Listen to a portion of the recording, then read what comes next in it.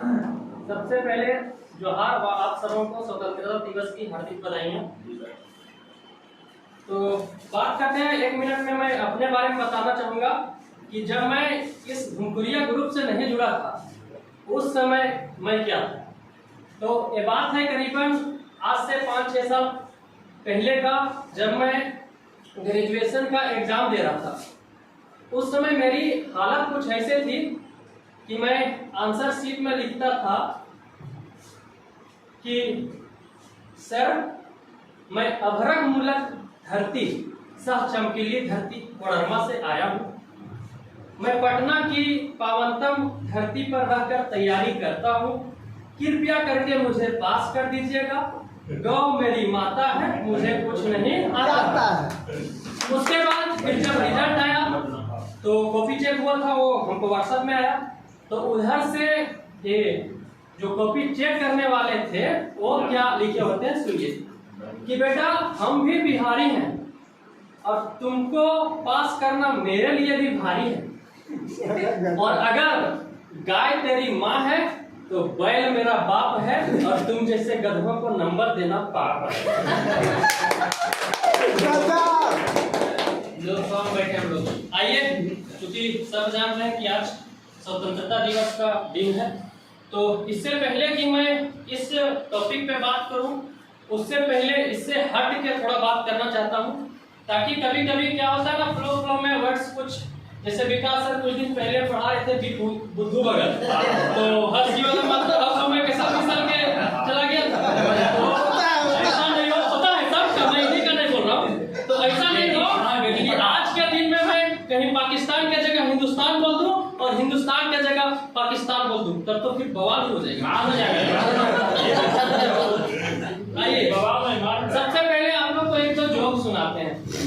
तो ये लालू यादव, ठीक है, लालू जी और रामविलास पासवान जी, जब उन लोग क्रमशः 10 और 12 साल के थे, क्रमशः कहने का मतलब लालू जी उस समय 10 साल के थे और रामविलास पासवान 12 साल के थे। उन लोग उम्र में बता दूं तो महज 2 साल का अंतर है। जो रामविलास पासवान है वो 2 साल बड़े हैं लालू यादव से। लालू यादव का जन्म का बात करें तो 11 जून 1948 को बिहार के अंतर्गत एक जिला है गोपालगंज, वहीं हुआ। वहीं रामविलास पासवान का बात कर ले तो 5 जुलाई 1946 को बिहार के अंतर्गत ही एक जिला पड़ता है कटिहार, वहां हुआ।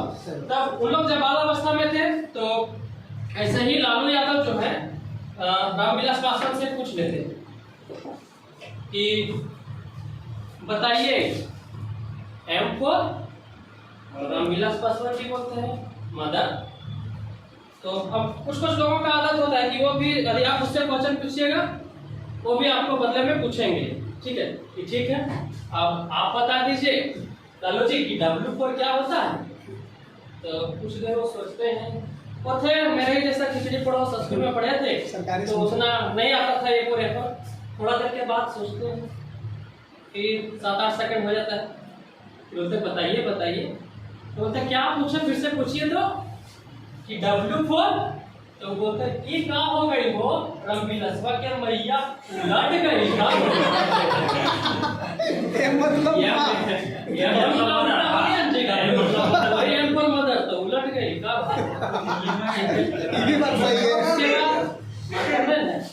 एक कहानी सुनाते हैं, सारा वीडियो बनाना है, एक जोक सुनाते हैं, ठीक है, महात्मा गांधी और एक अंग्रेज के बारे में।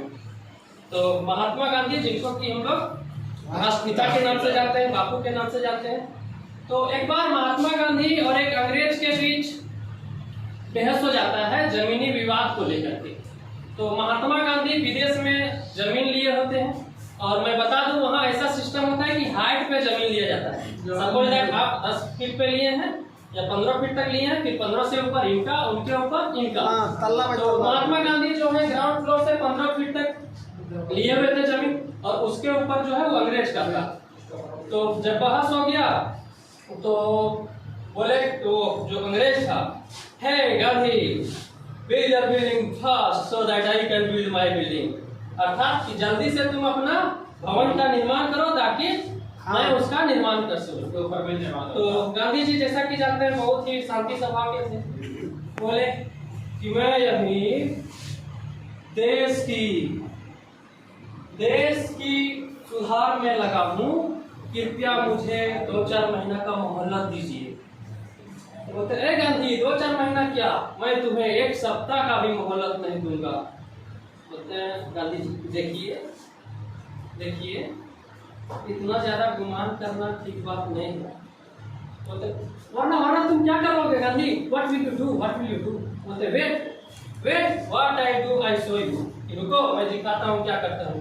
अब वो क्या किए, 15 फीट तक इनका रहता है, 12 फीट तक बिल्डिंग बना दिए, 3 फीट परती छोड़ दिए, ये मेरा परती रहेगा। अब बोले कि अब बनाओ बेटा, तुम कैसे बनाओगे, 3 फीट तक मेरा अधिकार। नहीं समझे क्या? समझे नहीं तो हंसी नहीं आया।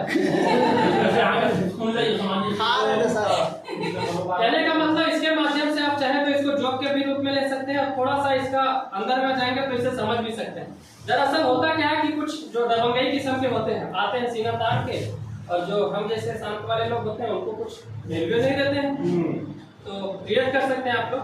अब चलिए कहानी आप लोग को सुनाते हैं।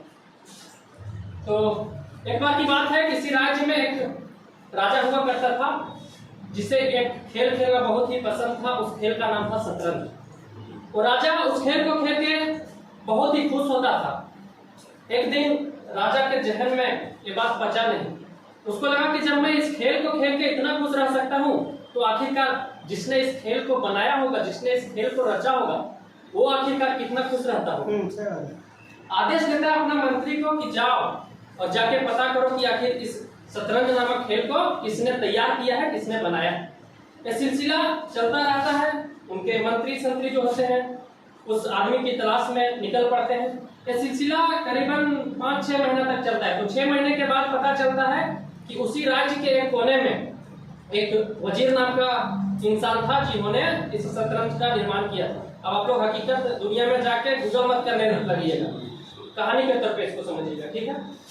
तो फिर वजीर को पेश किया जाता है राज दरबार में, राजा साहब के पास उनको ले जाया जाता है।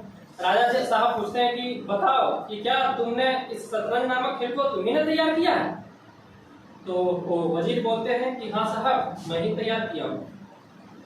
तो बोलते हैं कि इस खेल को मैं खेल करके बहुत खुश रहता हूँ, सो मांगो, तुमको जो चाहिए मांग करो। तो फिर वो वजीर बोलता है कि जब मेरे इस खेल से आप खुश रह सकते हैं तो इससे और बड़ी बात मेरे लिए क्या होगी, मुझे कुछ नहीं चाहिए। फिर बोलता है कि ये मेरा आदेश है, तुमको मांगना ही पड़ेगा, जो चाहिए मांग कर, मैं देने के लिए तैयार हूँ। तो फिर वजीर बोलता है कि ठीक है, ये काम कीजिए, आप हमको चावल का दाना ही दे दीजिए। तो बोलता है मैं बोल रहा हूँ ना, मांग, तुमको जो चाहिए, सोना चाहिए, हीरा चाहिए, मोती चाहिए, जो चाहिए मैं सब कुछ तेरे लिए दे सकता हूँ। ये छोटा सा चावल का टुकड़ा क्या मांग रहा है। बोलते साहब यदि आप देना चाहते हैं तो आप मुझे चावल का टुकड़ा ही दे दीजिए, लेकिन जिस तरह मैं कर रहा हूँ उसके मुताबिक से दीजिए। तो शतरंज में टोटल 64 खाने होते हैं, सब लोगों को पता होगा। तो बोला कि पहला खाना में पहला दिन मुझे आप 1 दाना दे दीजिए, दूसरे खाना में उसका डबल करके दे दीजिए 2, फिर उसका डबल 4। इस तरह करके लगभग 1600 खाने तक गया कि राजा का गिनती करना उसके लिए मुश्किल हो गया। आगे चलता गया, लगभग 35 खाने तक पहुंचा तो पता चला कि पूरा राज्य में चावल ही खत्म हो गया था। आप चाहे तो कैलकुलेटर का उपयोग कर सकते हैं कि कितना आता है, देख लीजिएगा। फिर राजा आदेश देता है, सलाहकार को बुलाता है कि आखिर बताइए 64 खाने में कितने दिन और लगेंगे ताकि मैं पूरा उसको चावल दे सकूं। अब उन लोग के लिए भी गिनती करना बहुत कठिन हो गया। तो अब इससे आप लोग क्या सीखे हैं, सबको का अपना अलग अलग विचार है, बाद में इसे पूछ लिया जाएगा, ठीक है। तो अब मैं बात किया था कि थोड़ा मैं अपना कॉन्फिडेंस लेवल को बढ़ाने के लिए कुछ हट के बात करूं। अच्छा, जब मेरे माइंड में कॉन्फिडेंस वर्ड आ जाता है, मुझे याद आती है उस आईपीएस की, जो एक बार कौटिल्य जीएस एकेडमी करके जो पटना में है, प्रदीप यादव का नाम सुना होगा, वहां एक आईपीएस आए थे और वो ये बात बतला गए थे, जिसको सुन करके मेरे जैसे मनहूस मानुस को भी ये लगता है कि बेटा सिर्फ हौसला रख, कॉन्फिडेंस रख, हो जाएगा। क्योंकि बाबा रामदेव भी कहते हैं ना, करने से होता है। तो वो ऐसे था कि वो बताए थे कि अगर बंदर ने किया शेरनी को प्रपोज, उसने दिया शेरनी को एक रेड को। शेरनी बोली जाके अपना शकल आईने में तो देख। उसके बाद जो रिएक्शन रहा उस बंदर का, यदि आप लोग को लगेगा कि उसको यही बोलना चाहिए तो मेरे लिए नहीं, उस बंदर के लिए नहीं, लेकिन अपने पूर्वजों के लिए एक बार जोरदार ताली बजाइएगा, क्योंकि हम सब बंदर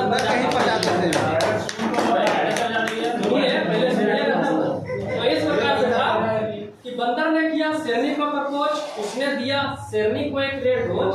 शेरनी बोली जाके अपना शकल आईने में तो देख। उसके बाद बंदर बोलता है कि शकल पे क्यों मरती हो पगली, कॉन्फिडेंस तो दे।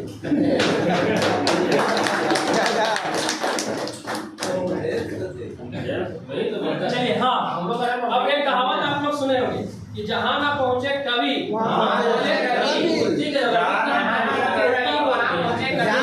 ध्यान था। सॉरी अच्छा, यही हम चेक कर रहे थे कि आपका यहाँ कंसंट्रेशन है कि नहीं, आप सही से सुन रहे हैं या नहीं। ठीक है, कॉन्फिडेंस लेवल कहते हैं गलती सर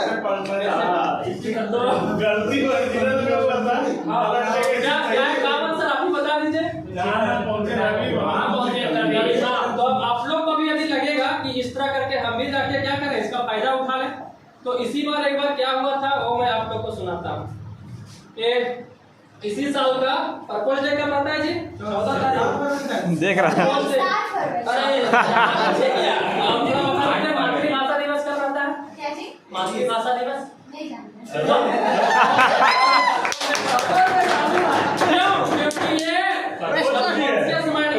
इमेज में बैठा हुआ तो इसी बार का एक घटना है पर्पल डे का। मैं बता दूं कि मेरा शादी जो है इस बार जनवरी में ही हो गया था। 5 फरवरी को मेरा बर्थडे था। उसके बाद मेरी जो भागनी हुई अभी, उसके कहने पे मैं उस दिन 7 फरवरी को पार्क गया था। सनम पार्क है ना यहाँ, तो वहाँ क्या देखने को मिला वो सुनिए। एक लड़का वहाँ जो बिल्कुल देख रहे हैं ना विकास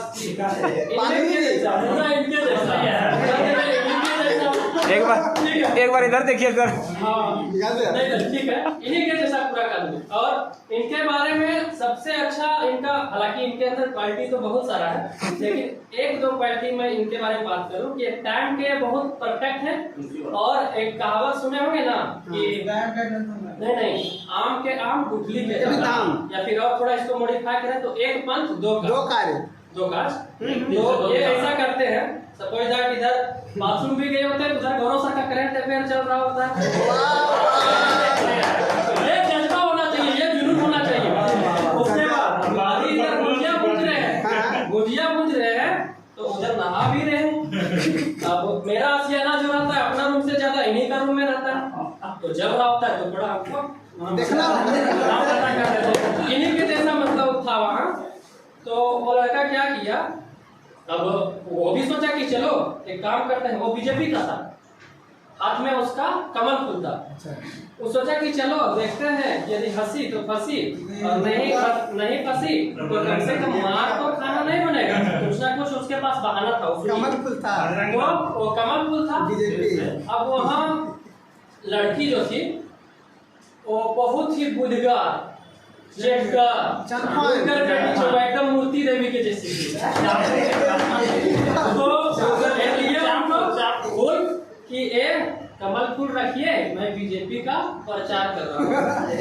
तो वो रख ली। अब वो बताए कि थी पूरा अपने बोले कि ठीक है ये रख लेते हैं, ये आप भी रख लीजिए, मैं कांग्रेस की प्रचार।